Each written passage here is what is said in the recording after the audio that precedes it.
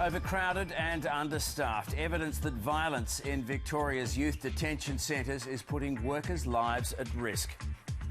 It's very crisis managed, so let's just respond to what we need to try and manage things because we're thin on the ground. Corey Bernardi goes out swinging, saying politics is failing the Australian people. It really is time for a better way, for a conservative way. People would feel that their trust has been violated. Bad for business, Facebook and Google join the fight against Donald Trump's travel bans. And not on our streets. Melbourne City Council debates banning rough sleepers.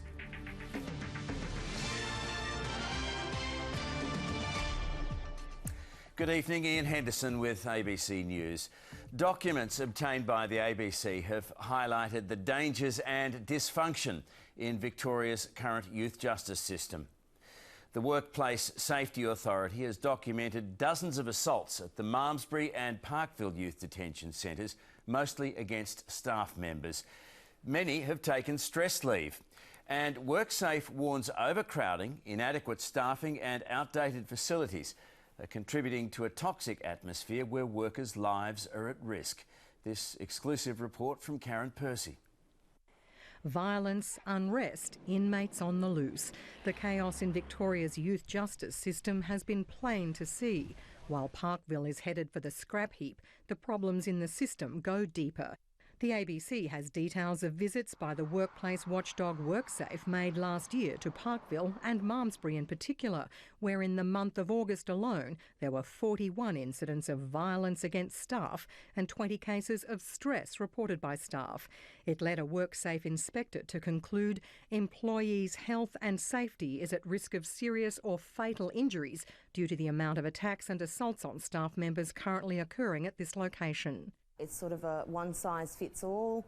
It's very crisis managed, so let's just respond to what we need to try and manage things because we're thin on the ground, so we can't really be proactive when we're doing things.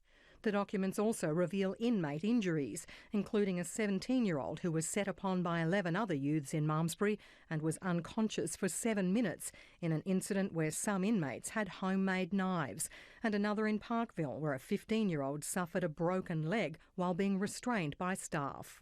In the documents, staff complain of overcrowding and having difficulty separating troublemakers because of a lack of space. The documents also show that some staff are ill-prepared to respond to incidents and some fear retribution from inmates.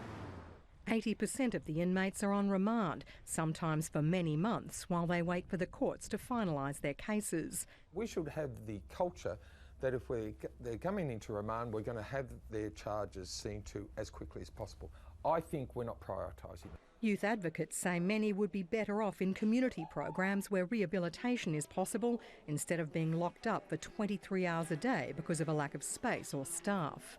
Doesn't matter if you're in a prison service, a residential service or at home. If you keep on putting different adults in front of teenagers, they're going to react. Despite the problems in youth detention, youth crime rates overall have been falling. These incidents involve a small group of hardened, more violent repeat offenders who the government says will be dealt with under tough new laws. It says work cover staff claims are falling and it's now put highly trained prison officers inside the facilities to protect staff and the community. Karen Percy, ABC News, Melbourne.